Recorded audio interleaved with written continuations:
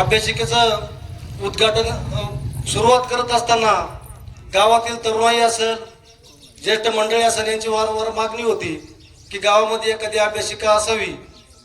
त्याचबरोबर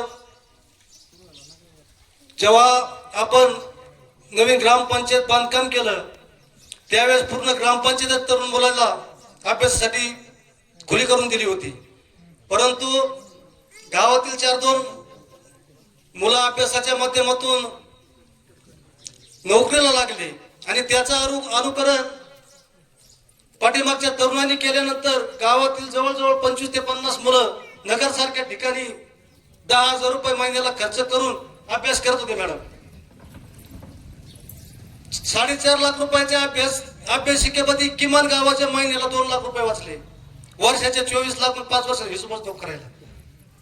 आणि गावात विकास कामं करत असताना ज्याप्रमाणे वीज, रस्ते, मशाभूमी असेल, ह्या गोष्टी जशा मूलभूत सुविधा म्हणतो आपण, मला वाटतं शासनाने सुद्धा प्रत्येक गावात एखादी अभ्यासिका करणं एक मूलभूत सुविधेमध्ये घालावं. आता एवढे आपली पाऊस नाही, इतके लांब पाऊस झाला, पण एक मत व्यक्त केलं मी.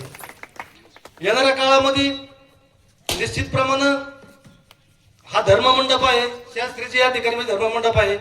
तरुणाला, ग्रामस्थालाही सांगतो, कुठलाही सरपंच महत्वाचा नसतो. गाव असतं म्हणून सरपंच असतो, सरपंचामुळे गाव नाही कोणतं. उद्या गावाचं नाव जर उज्ज्वल झालं तर त्या सरपंचच त्या गावाचं नाव उज्ज्वल होईल. आणि मुख्यमंत्री अभियानमध्ये गाव असल्यामुळं आणखीन बी आपल्याकडे 20-25 एक महिनाभर शिल्लक आहे. सगळ्यांनी एक जीवाने काम करावं अशी आपल्याकडून मी अपेक्षा व्यक्त करतो.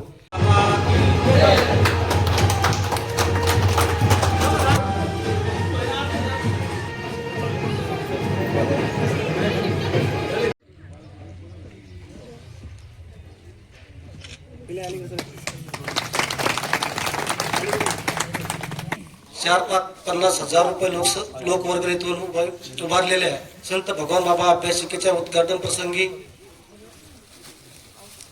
भगवानगडांचे उत्तराधिकारी कृष्ण महाराज शास्त्री,